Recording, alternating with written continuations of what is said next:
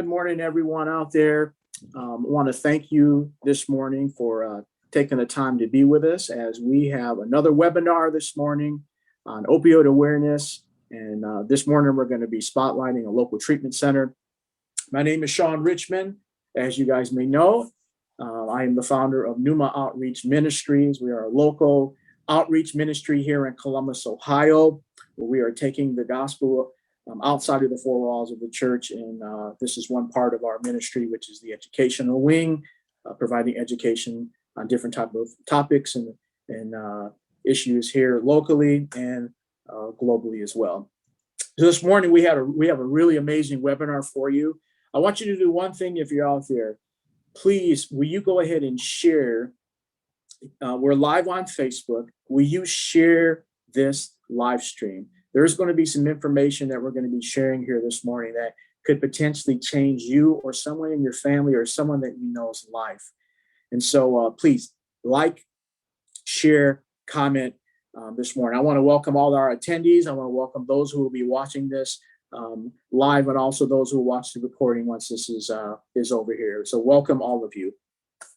So this morning we have a wonderful webinar we've put together. This morning we're going to be talking about finding refuge when you are dealing with opioid addiction. We're going to be talking to an individual who is a director at one of our local treatment centers here in Columbus, Ohio, helping to break addiction and to help resurrect many, many men and women's lives. So our guest this morning is going to be Austin Hill. Once again, he is the director of the Refuge Ministries here in Columbus, Ohio, a local faith-based recovery center. And we're going to have a wonderful conversation today talking about the Refuge and also what their program looks like. So Austin, would you just take 60 to 90 seconds and just introduce yourself and tell our audience a little bit about the Refuge? Sure. Yeah. Thanks for having me on. Thanks for spotlighting the Refuge, Sean. So my name's Austin Hill. I am one of the directors at the Refuge Ministries. There's a team of us that works together to make things happen here. So I'm one of a couple of other people who are leading the Refuge. So the Refuge has been around for 21 years. And it's really hard to explain all the things we do because we are relationally focused and holistically guided to create the opportunity for men to, identify what their deeper struggle is, not just in drugs. And because we are 13 months long and we're free of charge, you do not need to have insurance to come into the Refuge. We are Team Jesus, but you don't have to be a Christian to come into the Refuge. We don't think that your beliefs or the amount of money you have should be a boundary to coming in and getting freedom from addiction. We just talk about Jesus every day. And because he was a relational person and modeled that for us, that's how we do our treatment. And we can get into a little bit more of the details of that, but it is focused on building healthy relationships and rebuilding broken ones. All right. Well, thank you so much for sharing, Austin. And I do want to reiterate that we are spotlighting a faith-based organization here this morning as far as a local treatment center. You do not have to have come from a faith background. You don't have to be a Christian in order to join or be involved in this treatment center. But their core values and core principles are aligned with the Bible and also with a Christian perspective and a Christian worldview. So just want to highlight that, but it's open to anybody, just like the Lord Jesus was when he was on the earth. All are invited and all are welcome. All right, so a couple of things that we're going to talk about this morning here is our goal before we leave here this morning is to make sure we learn a little bit more about the Refuge. So we got some questions. We have a nice Q&A with Austin. We're also going to talk about what makes the Refuge different than other treatment centers. There's a lot of options out there when it comes to opioid addiction. There's all types of programs. There's 12 steps. There's could be, honestly, Austin will fill us in. I don't know all the different, how many steps programs there are, but I'm sure there's a lot of them. In addition, we want to talk about why would you consider the Refuge as a local treatment option compared to someone else. And then last, we're going to talk about, there was a report that was done by a third party. Mm-hmm. And it has some phenomenal data in here about the the progress and the results and the impact that this program's having. So we're going to talk a little bit about that. I think it's always important. We have to measure success some way, and they went in, a third-party company, and have provided some phenomenal data. We're going to share that report with you as well. So that's what's on the agenda, folks. So put your seatbelts on and get ready, because we're gonna have a lot of information here to help you and your family. So before I do that, I do have one thing I have to do, is I have to make everyone aware that the funding for this webinar was made possible in part by, number one, the Ohio State Opioid Response Grant, which was from the Substance Abuse and Mental Health Substance Administration. Also, all of the views that are expressed between me and Austin, anything in written material, anything we publish, anything that we say, it does not necessarily reflect any of the official policies of the Department of Health and Human Resources or Human Services, nor are they implying any type of endorsement of our ministry, of the Refuge, by the U.S. government. Okay, so just want to get that out there. All right, so let's go ahead and let's talk here. So we'll start off this morning, Austin, talking about, I mentioned a minute ago, there are many, many options when it comes to those who are struggling with opioid addiction. And I don't know all of the programs, but I know you'll be able to help us with some of those. So what are some of the general treatment options available when you're talking about men or women that are struggling with opioid addiction? I think we'll start our conversation there. Sure. Yeah. So there are an awful lot, and they do various different things. So the timeline for each program is different, and the amount of I guess availability for bed space is different, and the rules for each one are varied based on all those. Some of the ones that we I guess we call it a lightweight relationship with, where we'll refer people back and forth, or if the Refuge isn't a good fit for someone, where we feel comfortable sending them over there, referring them over there.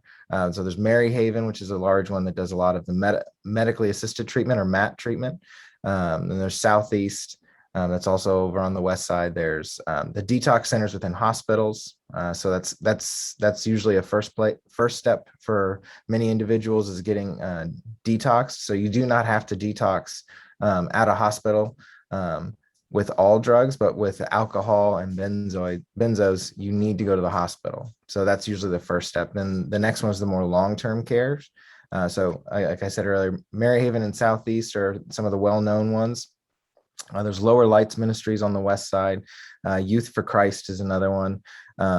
Crack House in Linden is another one. There's Another Chance Ministries that's south of Columbus and Chillicothe. And there's a growing number of other organizations like the Refuge that are around the state. There's one in Newark. There's one in Mary Haven. These are all in places that are wanting to replicate what the Refuge is doing. So they're different, and they're in different stages of startup, if you want to call it a startup. So some of them are actually helping us with intakes and letting people in their communities come into kind of doing the interview process and seeing if the Refuge is something that they want to get into. And once they get that moving, they want to actually start up one of a phase. And we are 13 months long, so we have different phases, and we can get that into that later. But there's a lot of opportunities for people to get into recovery, and some need insurance and some don't. So. All right, awesome. Yeah, so as you can tell, there's lots of options out there for individuals, men and women, and even youth, I would assume, as well.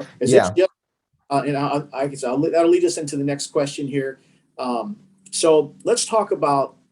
So we know there's lots of options. So let's specifically kind of narrow down what the conversation is today. So let's talk a little bit about the Refuge. So can you kind of give us, high level and also maybe medium level information about what is the Refuge? How did it start? And maybe go through the program with us here. We'll start there. Sure. So the Refuge was founded 21 years ago by Tom Thompson, and the name The Refuge came up because he realized that men need a safe place to just kind of get away from the influences that that they had put themselves in, the relationships, and kind of push like a restart button and a safe refuge towards Christ. And he had that he felt that call on when he was driving around 270 around Columbus, and then there was a handful of other things that happened. He prayed through it, talked to a lot of his mentors and peers who are also believers, that kind of said like, you're crazy, but it's the right kind of crazy. So at that point, he and his family prayed about it, and God started opening doors. There was a farm out in Vinton County, which is way south. It's like Southeast Ohio, and that's where it started. And for the first handful of years, it was just 13 months out there. And then in process, the way that the Refuge programming has grown and kind of shifted is it's the needs and holes and things that are needed for someone to be successful are being identified by the people in the Refuge. So at the beginning, it was just out there in the kindest way. It was a church camp in the woods for a very long time, and that can get 13 months is a long time, and 13 months is often deters a lot of people from coming into the Refuge, which is why we are usually the last stop for a lot of individuals, because they haven't just burnt all their bridges down, they've dropped bombs on all of them multiple times, and they have no place to go. And the one thing that they need is they need to personally want to change what's happening in their lives.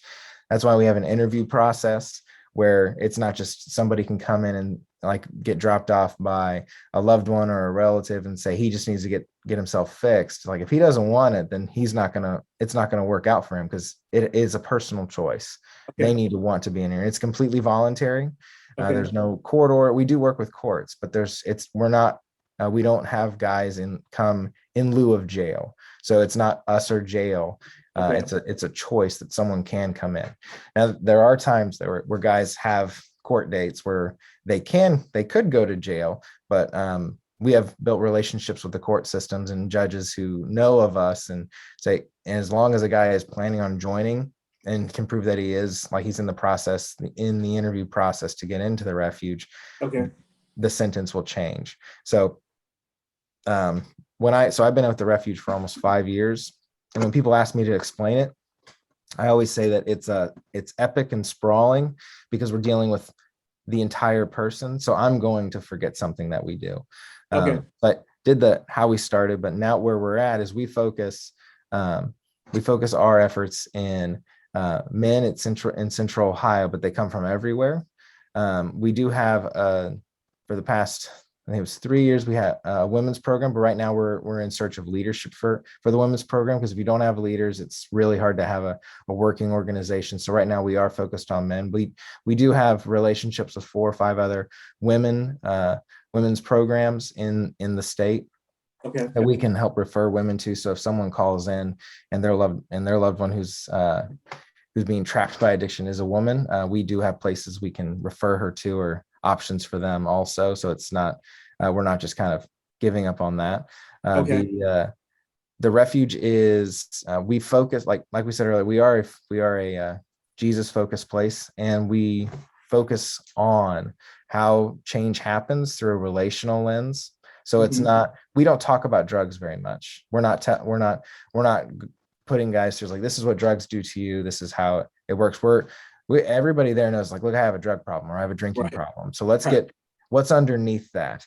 And it's not just, I have low self-esteem. It's like, well, why do you have low self-esteem? It's like, what is that? So let's dive into that deeper. And the way that we do that is we have 7 principles that we focus everything on. And if it's coming through those things, we understand that it's that's how we can actually start seeing real change. Those 7 principles, it's not like there's not magic in these words, but it's things that if they're something that we focus on and has an emphasis and we're intentional in them, we do see success. So those 7 principles are, it's commitment to God, relationship with others, willingness to be taught, honesty and authenticity, gratitude and thankfulness, work ethic and stewardship, and courage and faith.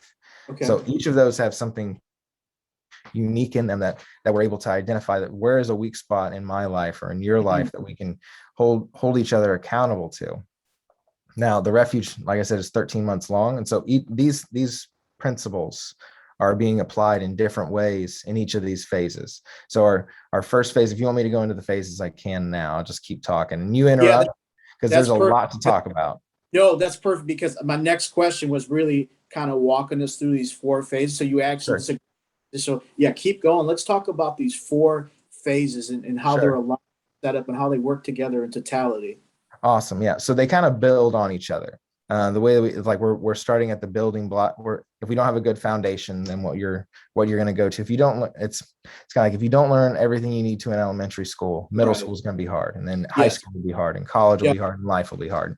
Okay. So the first phase is 1 month. It's down in Lancaster. There's no contact with the outside world because when it comes to your personal addiction, you don't need anybody but you and God to figure out Mm, like in that first part. It's not yeah. um like there is like it doesn't mean like there's none.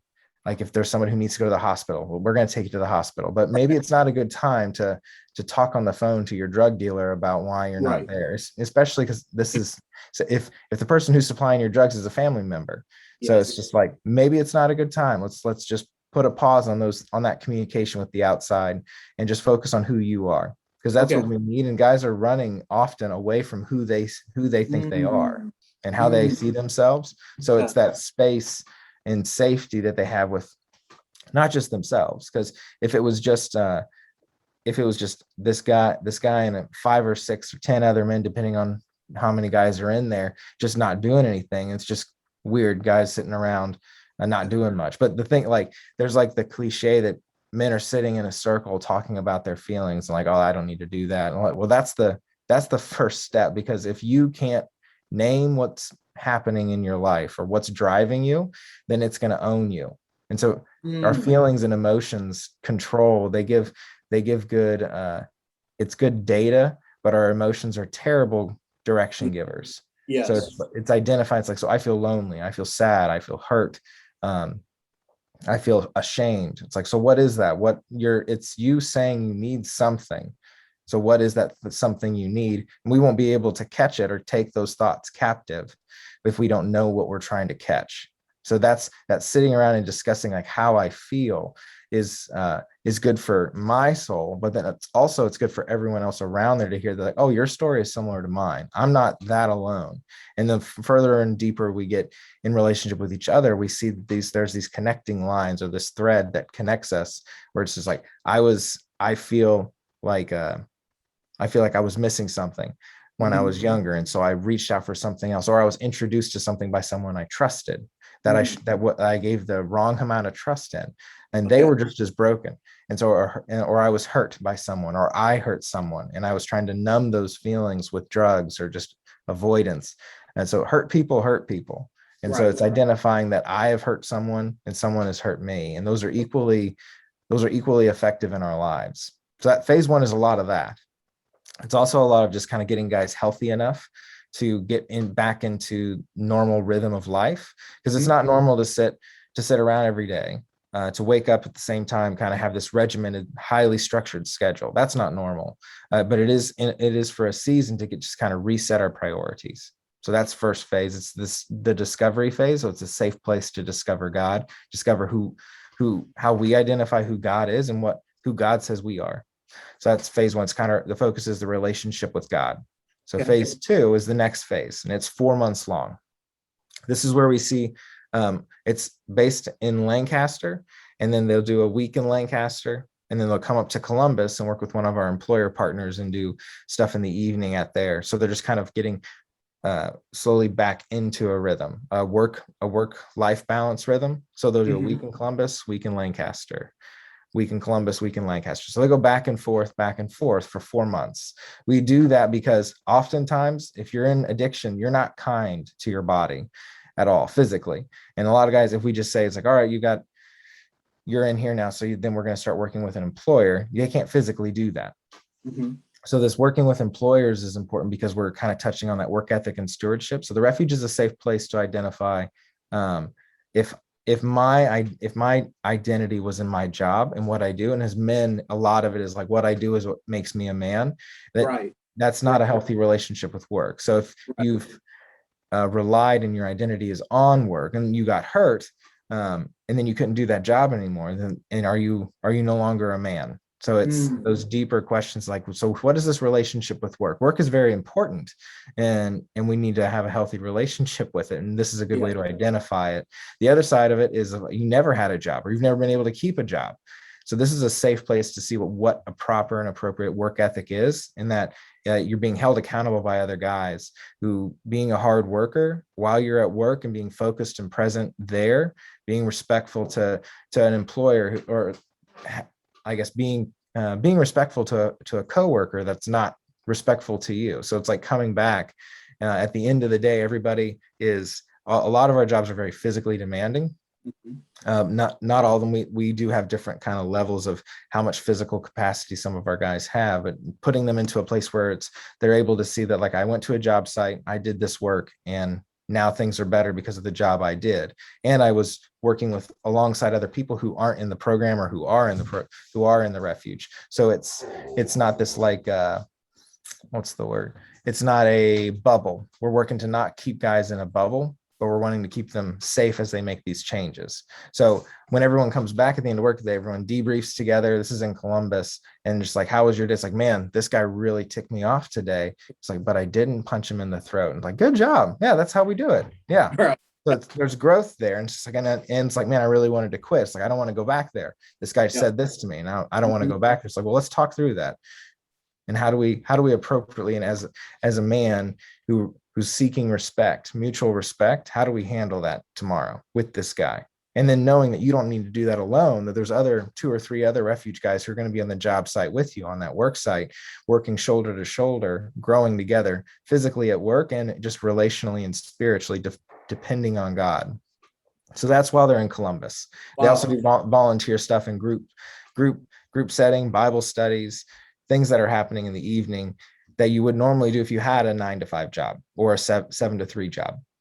So that's Columbus. While they're in Lancaster in second phase, they're doing a lot of that relational, a lot deeper healing. And we start up family days once a month while they're in Okay. Lancaster. So Yeah. once a month, your family can come and see this new person that's Yes. coming in here. So they're not cut off. They have phone calls every week. You can start writing and sending letters and emails, and we have our readiness programming is called Launch. So guys are launching out of the refuge and continually improving. So second phase is where we start building the plan for your launch. So what is life going to look like? We ask these questions at their transfer. It's like, what do you need? What is life going to look like the day after you complete? Where are you going to live? Where are you going to work? How are you going to get from where you work to where you live? Do you have a driver's license, a car? All these things, all these questions, that what does it take to be a person to be a successful, sustainable person in society? So those second phase isn't where we start getting a lot of that stuff done, but it's where we start making a plan. So some of Okay. these things guys have just been avoiding, or like haven't paid taxes in 7 years, or have been avoiding child support payments, or they're not Okay. going to the court hearings, or they've lost their driver's license, or they've never had health insurance. Those type of things, we start chipping away at that and coming up with a plan to accomplish those things in each phase.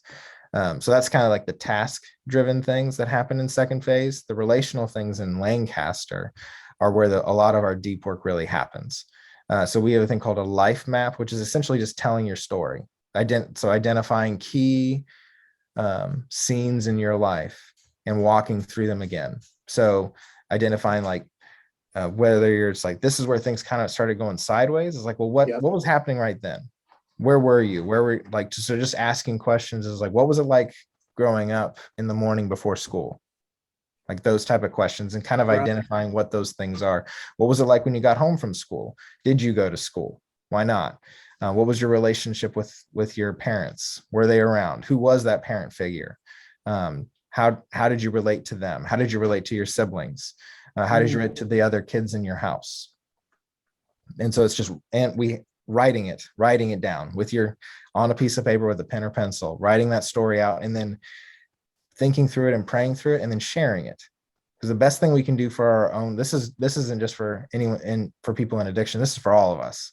If we can write out our story and just kind of create this little biography of ourselves in little snippets or scenes, if we split our life into 3 blocks, and then in each of those blocks, like what are the big 7, the most important scenes of those different blocks, write them out, and then share them with someone that we trust, that we can and should trust. That's a difficult part, is finding someone to trust to share your story with. But sharing our story is how we start owning the stuff in our past, because we shouldn't take responsibility of everything that happens to us, but we need to take responsibility of the things that we should. And from that point, that's where a lot of questions start getting answered. And you couple that with family day that happens, like I talked about earlier, where guys are able to see how they've hurt their family and their families hurt them. And then their family comes and sees them, and he's been clean for a month to 5 months, and he's gained 30-40 pounds. He doesn't look, his skin is, he has good skin. He has some muscle. He's respectful to others. He shows care in an appropriate way. There's a lot of tears that are happening when they see, because there's healing the parents are able to see somebody in the way that they haven't seen their child in a long time. They're able to bring things up and share their stories. Like, this is what I've been learning. This is how I've experienced my childhood. This is how I've experienced my life right now. And then seeing children come and seeing their parents, their dads changed, and it's the dad that they want. Right. Wow. Yeah. So that's some of it. So that's when I said, when it's epic and sprawling, we're touching on all these things. And then after every one of these events or something like that, guys are coming back, and we work to gather them in together. And she's like, so how was that for everyone? How did you experience that? And it's real easy for an extrovert to thrive at the beginning, because it's just like, oh, we're giving all this opportunity, and we just talk and talk and talk and talk and talk. But there's introverts also who are processing things differently, and we're aware of that. And so we work to give opportunity for guys to share things, not just in a large group setting where there's 10 or 15 guys, but like in small groups where they're just like, how was that yesterday? You've had time to process it. What was a big takeaway from that? How was family day for you? I noticed that you and your dad got in an argument while he was here, but then you hugged it out. How was that? What was going on? Those type of things. So, but it's not just me. The biggest thing that really makes all of our phases successful is our coordinators, and I'm going to highlight them at the end of this. Okay. So I've talked a lot, Sean. So if there is something else if there's something pop up, or was there a question so far? No questions so far, but I love. I mean, I'm hearing you, and I see, like, as you're talking, I see this whole, the picture that I'm seeing. This is a holistic program. We're not just attacking. You have the addiction, so let's just blow that up and figure, just attack. It's like you're going after the whole person, and even some of the things like that you share. It's like, this is just not for just people who are struggling with addiction. Like, as you're talking, your program is creating emotionally healthy humans. Yes. Aside from the addiction and all that other stuff, and it's like so these principles are for everyone, to be completely honest with you. As you're talking, I'm saying, well, I could probably use a little bit more of that in my life as well. The talking part and sharing, and these are things that produce healthy individuals. And so I love how you guys have this whole person approach, and that makes it very unique. I have had conversations with individuals that have been in treatment centers, and I work with the homeless population, so I see a lot of individuals, and this is a very unique program. I don't know, I don't know anyone else that is doing it specifically like this, but this is this is a unique program that I think I can see why it's having the success that it's having. Yeah. So that, I mean, I wish we had more time to unpack this. I mean, if you're out there and you're listening to this, and you're somebody that has been struggling with addiction, okay, whether it's been for a month or 25, 30 years, I want you to know there is a place.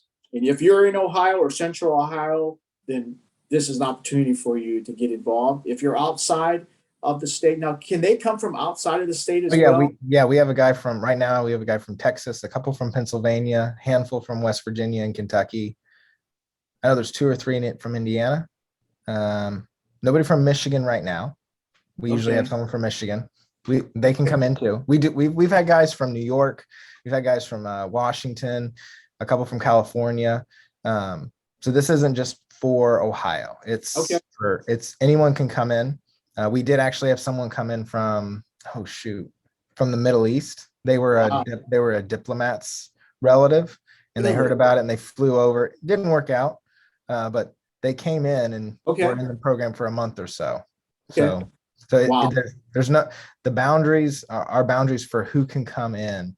Probably should have led with that, but I'll hit that after I talk through third and fourth phase. I'll do that a little bit faster than second and first phase. Okay. So Yeah. so third and fourth phase are both 4 months. Third phase is you're living in the west side of Columbus in the hilltop, working with one of our employers 5 days a week, working 35, 40 hours a week. You're getting back into a normal rhythm of life.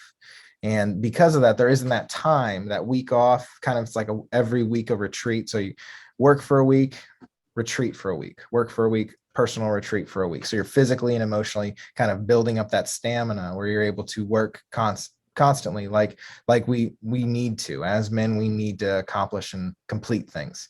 So in third phase, there's less time, and what it does is that's when the rubber starts hitting the road on what are your real priorities. Everyone can be really it's a lot easier to sustain this like an odd amount of joy and just like it's like, God's got me and all this, because you've got a week to just recenter yourself back onto God. Whereas in Columbus, it's like you only have time to do 4 or 5 things a day. And if one of those is I need to hold somebody accountable, I need to have my own personal quiet time, I need to get this thing taken care of with my driver's license and go to work and then volunteer and do the thing that I've been assigned to do. And you decide, I'm going to take a nap and I'm going to watch 3 hours of TV. Then you can't do you can't do two Right. things that you really needed to. So what it does is it kind of points, and it works the same in fourth phase. The difference between third and fourth phase is the amount of freedom you have and where you're living. So in fourth phase, you're living in a duplex in the west side, and you also get your own your cell phone back at that point. So you're Right. able to kind of get used to that responsibility, because there's a lot of traps in a cell phone. So while you're in third phase, the other good thing that starts up is home visits. So twice a month, once you in a certain point in third phase, you're able to actually go back home for the weekend after work on Friday and go back to that neighborhood that you were causing trouble in. No longer doing that. You're able to go back home to your parents, to your family, or your spouse and kids, and they're able to see, is that guy who was at family day, who was so positive and healthy, is he actually going to do it? Because the thing that guys notice is we've been with them for 5 to 7 months, seeing this radical change in them over time. And they're not who they were 7 months ago, but their family they've seen this before. They've seen someone get Right. clean. They're like, I don't know if I trust you yet. And so it's for them, they're building trust in their family. And a new phrase has popped up that I've heard a couple times. The way that you build trust is you do trustworthy things. Right.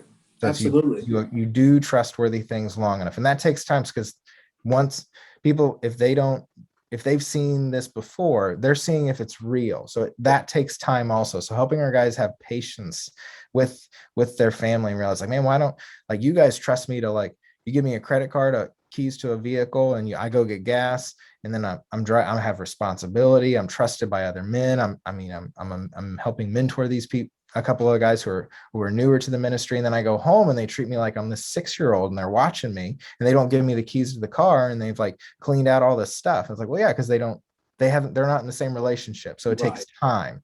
We've Yeah. had almost 7-10 months with you. They've had a weekend.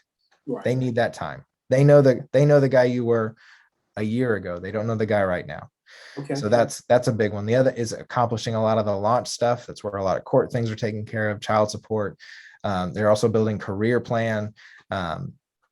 They're deciding, like, where are they gonna live, where are they gonna work, how they can get from where they work to where they live, what church are they gonna attend, how are they gonna get back to their neighborhood, what group Are they going to attend for that built-in accountability afterwards? Who's their mentor? Do they have a career plan? Everybody gets a credit check, and they get their budget. They have their budget made. We have a handful of partners around Central Ohio that help us with that. There's also, we just started this new thing with Lindsay Honda, where they give a year, and if it makes sense. So if they have terrible credit and they're never going to get a loan, we have worked something out with Lindsay Honda where there's it's a relationship between the Refuge, the alumni, and Lindsay Honda, where we kind of all take a different amount of risk, and they're able to get a decent vehicle for it's not like ridiculously affordable, but it's something they can step into while they're building their credit, where they can get where they can get another vehicle. The other thing that we do is we have a thing called Project 614, which is a community development corporation that we buy duplexes in the West Side, and we remodel them and offer them to guys as recovery housing. So the other cool thing about it is if somebody wants to be a homeowner, because usually guys don't have a 401k or a savings account when they've been in addiction, but one of the best things that can build wealth and long-term stability is home ownership. And so there's a way that guys can, if they are out of the program and it's a place where they want to live, because oftentimes, like, we do intentionally buy them on the West Side. We also, our program, the last two phases are focused in the Hilltop in Franklinton.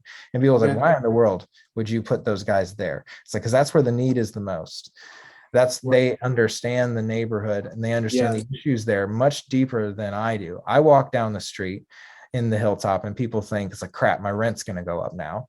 Our guys walk down the street and they're like, oh, I can identify, and I speak the language here differently. Like there's a way, they have a way into the hearts of others who are suffering, because our refuge guys have what those neighborhoods need. And I was broken, and then there's a path out of this. I didn't have a job. Now I have a job. My family wouldn't trust me. Now I'm helping them with their finances. So there's that's the sound of a cycle being broken. That's what our guys do. And it's not me, it's them. So that's why we do it focused in the West Side.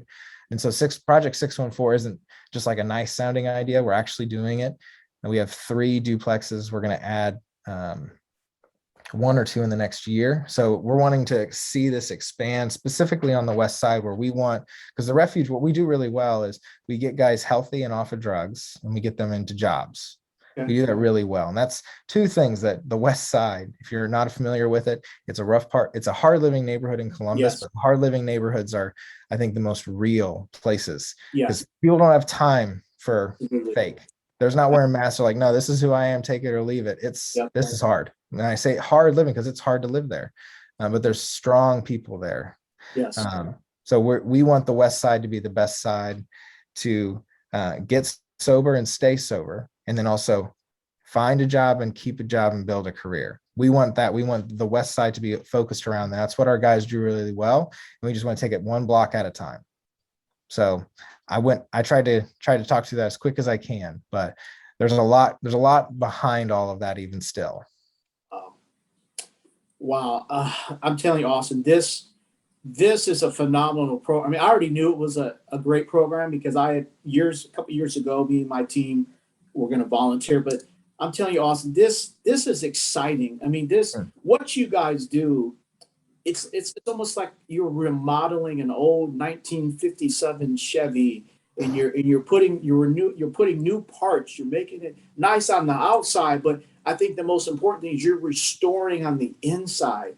And I love the fact that the men are learning to be whole. And that's something that they can take with them forever. I mean, the addiction is just one small piece. I love how you guys you're working on the whole person to make men better men. And I'm just blown away by what you guys, your model, your processes. I mean, obviously, clearly, God was involved, because these processes are really layered and put in a way where they can really grow and excel and do a phenomenal job when they leave the program. So I'm blown away. I wish we had some more time. I want to transition really quick here before we give you some time to talk about where men can go, and then anything else you want to say. But I want to talk real quick about this Yeah, It's called Impact and Value Report. So let's spend about 5 or 7 minutes. I know that's not enough time. that's all So right.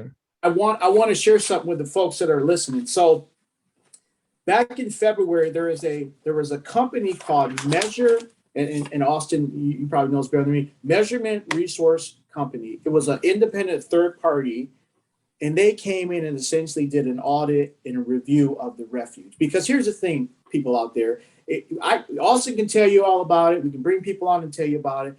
But is there real data that supports all of this? Well, to some people, this just could be just a bunch of hype. I've heard it Mhm. before, just like all the other programs. So I think it's important we take a minute to talk about this program, a third-party program. They did an evaluation of the program, I believe, from the year 2000 and 2018 to 2020. okay, 2018 to 2020. And I want Austin to share high level some of the things that they found about this program as we get to the last few minutes. So Austin, I know it's going to be hard to unpack, but just a few minutes, maybe high, like Yeah. 100,000 feet. What did this third party company find out about the refuge? So I think some most impressive things about it is we had this third party come in because we created this survey with the alumni from 2018 to 2020, and the results we got back were really awesome. We're like, no one's going to believe us, so we need to get someone else do this. And so we went through this process again to identify, it's like, how do we ask these questions that we really get the honest, true answer? Okay. How do we make sure we get that right information? So some of that really, so 9 out of 10 of our alumni are employed, stably housed, are food secure. They're not utilizing hospitals or ERs for alcohol or drug related reasons. They're not involved with the justice system. 66% reported being continuously clean and sober and free from the compulsion to drink or use drugs. And one of the I want to find my favorite stat is one where it's over 70% of our guys report being more trusted by those that matter most to them. Wow. That's the biggest one for me. So and the way that we measure this is we're looking at a success rate for the whole 13 months and then 3 years afterwards, not just the year while they're in the program. So Okay. we knew that while guys are in there, we're doing random drug tests all the time. So everyone who's in our program is drug free, but we wanted to confirm that the guys who are afterwards, what's the results of this Yeah. work? Yes. So that's more impactful. And so if you're familiar with the social determinants of health, what we do is we affect each of those social determinants. And if you're not familiar with them, go look them up. Okay. They're really important. So the social determinants of health, we positively impact each and every one of those in a dramatic way for our guys. Wow. Mhm. Yeah. I'm telling you, folks, you guys, this report is available online. If you go to the Yeah. refuge.org, is it Refuge Ohio or refuge.org? The refugeohio.org. Okay. The refugeohio.org.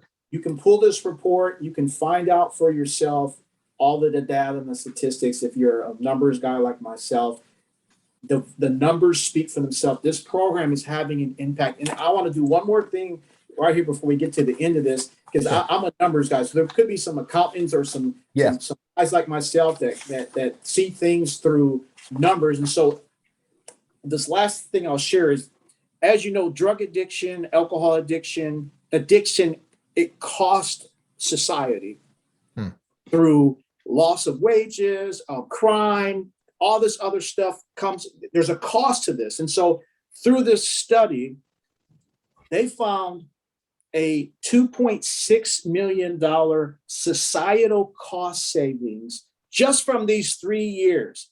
Now, this is not the entirety of the program, folks. This is 3 years. $2.6 million have been saved from our society to budgets for police and all those other things that go in. That's a powerful number. Could you just speak real quick on that before we start getting ready to close this down? Sure. Yeah. So the way that was determined is we're taking the amount of money that our average guys. So we identify, like, this is about how much guys were costing society, whether it was in ER visits, like what you mentioned earlier, going through the court system, not paying taxes, not paying into things. So if our guys are now paying those things, Okay. so it's like a double, it's like a double bonus thing that's happening, is because they're not only not costing us society, but they're actually adding in and adding value. So Wow. it doubles the impact there. And so Wow. it's the total societal costs without the refuge minus the program costs and societal costs of relapse. And so then it's the total program cost plus the societal costs of relapse. If I know that's a lot of different words, and this program will this document does an excellent job of outlining it, because there is actual science and data behind this. It's not just us throwing numbers out there, because it costs us. If you were to charge for everything that we do, because we don't charge, it would cost about $55,000 for a guy to go through 13 months, but we don't charge anything for it. So we pay for that, and it with donations, other fundraisers, grants, and other things like that. And also our workforce development programming goes the way we tell guys, like, your way is already paid, because the guys who are working today are paying for your way that you just come in. So the guys who are going to work, their way is already paid for, but the income that they bring in is helping pay for someone who's coming in tomorrow. So they're already giving back with their work, because that's what we need. We guys need to pay for stuff and take responsibility for things. That we do that really well. It's not everything, but that is something that adds value and confidence to who we are. Wow. Yeah. Once again, this just, I mean, if this is, I was already, I mean, if that's the only part you heard of this webinar, then that was enough to prove that this is a phenomenal program. That and I want to thank all the donors and all the grants that have been provided to this organization. Also, there's ways to support the Refuge financially if you'd like, and if you go to their website, there'll be different ways you can get involved. But I really believe this is an organization that's worth investing, whether it's volunteering or financially. The proof is in the pudding. The results speak for themselves. So once again, really excited about you guys coming on and sharing today. So we're coming down to the last few minutes. So I do want to just give you a couple opportunities to kind of give some final words. So we'll close with my final kind of question, and then whatever anything else that you want to say. Just so I would say this: if there's someone out there, they've listened to this or will listen to this, and they say, look, I've been through all the 12 steps, 10 steps, 8 steps, 5 steps, 1,000 steps. What do you say to somebody who would hear this and say, oh, yeah, sounds good? Is there anything you would say to that man or that woman that right now is really struggling out there? I think the first thing is what you're feeling right now, the hopelessness that you feel or how you feel trapped. There is a way out of it. No matter what you think that's in your way, whatever consequence you're afraid of, or the thing that you're staring at that you feel like is going to stop you from succeeding, there is a way through this. And what you're feeling right now in this moment will pass. It is hard. That doesn't mean that the difficulty is going to go away. It's just like there's a way to get through this together if you reach out for help. But then the thing is, by reaching out for help, you are giving up and releasing control, because people can only help in the way they can. We can't move mountains. We can only do the things that we have the ability to do. So if you're going to reach out for help, you have to be willing to accept the help that is offered to you. And that's what the releasing of control is. So knowing that this feeling that you have right now will pass, you need to ask for help. And then be able and willing to submit to the help that's being offered, because that's what's being offered to you in the moment. And then doing that again and again and again, because that's what it means to release, to give up control, is saying, like, I need someone else is going to have to help me with this. So that means I'm not going to be doing it on my own. And then also realize that anyone who says that they did this on their own is lying.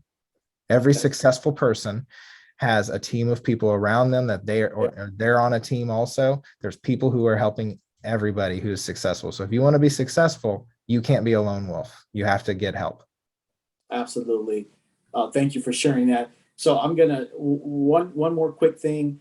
We have about 4 minutes here before we'll get your contact information. Also, we'll ask you, how would a man start this process? So real quick, maybe a minute or two. Can you share one quick success story that sticks out to you within 2 minutes? I know it's probably hard. Is there one story that you've been here 5 years that just when it resonates and just is just really up in the front of your mind when you think about the refuge that you could share? I think I'm not going to share names, but Yeah, don't share names. Yep. there's a handful of guys who came through the program who um, grew tremendously, and now a handful of them are buying homes. They're having kids. They're Yeah. married. They're trusted in their, like, they're on a career path. They're in a career where they are trusted and relied upon. Okay. And the other men in the program don't see these guys as alumni. You say, like, hey, that's an alumni, and they're shocked. Like, Really? because yeah, it's a paradigm shift in what is possible, because the people who get stuck in addiction, they feel like they are at the very bottom of everything and they Yes. don't see a way out. But they're like, some of my closest friends are the alumni, are most, pretty much all of them are alumni of the Refuge. And I trust these men with my life. I trust my family with them. And knowing that, that's the success story. Like, it's not like, it's like, oh, we're helping these poor, helpless people. It's like, no, Yeah. no, these are men who are going to accomplish more than I ever will. And that's the success. Oh, thank you for sharing. Yeah. That's it's got to be encouraging, especially if you're out there listening to this. And so, in closing here, so how would a man or a woman, how do they start? How would they, if they decided right now, I'm doing this program, Austin, how do they do that? And then can you also provide us contact information so they can get a hold for either a donor or someone who just wants to learn more about the refuge? So those two things, and then we'll close up. Sure. So if someone's wanting to get help and get into the Refuge and start that process, you can go online to our website, which is therefugeohio.org. So refugeohio.org, or our intake number, which is 614-991-0131. And you can get that process done. We have intakes multiple days a week now. So we had a guy come, I think we had guys come in almost 5 days this week. So Okay. it's the day of the week. If you want to come into the Refuge, call that number. Let's see if we can get you in today. So Okay. if we can't, then we'll try to get you in tomorrow.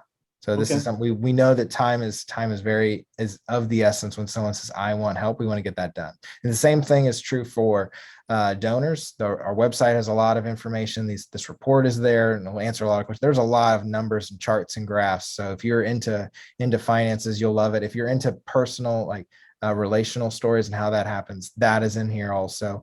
There's a lot of hope in this. There's a lot of hope in the Refuge, and this document does a good job of outlining it, and you can find that on our website.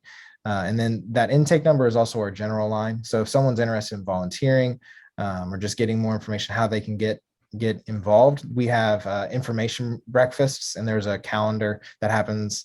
There's a calendar on our website that says, like, you can get information to actually attend one of these info breakfasts. They're every couple of months. So there's many ways you can get involved. It's just how you want to do it. All right. Well, so there you go, folks. There's ways for whether you're needing the treatment side or you want to get involved from a donor or a volunteer side. It's all on the website, so go check it out. So I'm going to close here. So first of all, I want to thank Mr. Austin Hill. Thank you so much for, first of all, for what you do as a director, and also thank you for coming on the last two webinars and sharing about the Refuge, and also all the knowledge you have and expertise when it comes to opioid addiction. So we appreciate you so much. We're looking forward to continuing to partner with you guys down the road. So thank you, Austin, for your time today. We appreciate it. No problem. I appreciate that, Sean. Thanks for having me on. Absolutely. And then last, I just want to close. Look, there's hope for you out there. If you're in a situation and you don't think that you can make it another day, we're here for you. I'll put my contact information. You can reach out to me. I can connect you with the Refuge, or you can go directly yourself. But there's hope, everyone. There is hope, and I hope that through this conversation today, you've come to know that no matter how bad the situation is, there's always hope, and there's always somebody who's been where you've been. So in closing, I want to thank everyone on Facebook Live who have watched this. thank you so much for your support. Also, for those who will watch this, once the editing is done, thank you so much for watching this as well. And we hope it's a blessing to you. I'll share information about New Outreach Ministries. If you'd like to partner with us, we go out and do homeless ministry. I'm involved in a lot of other ministries as well. We'd love you to come and volunteer with us as well. But we'll close. We just want to thank everyone. We pray that you have a wonderful, blessed rest of the day. Thank you for your time. And most importantly, we hope that you take something away today that will not only help you, but maybe help someone in your family, in your friends, or in your community. So have a blessed day, everyone. Thank you for being with us. We'll see you next time. Take care.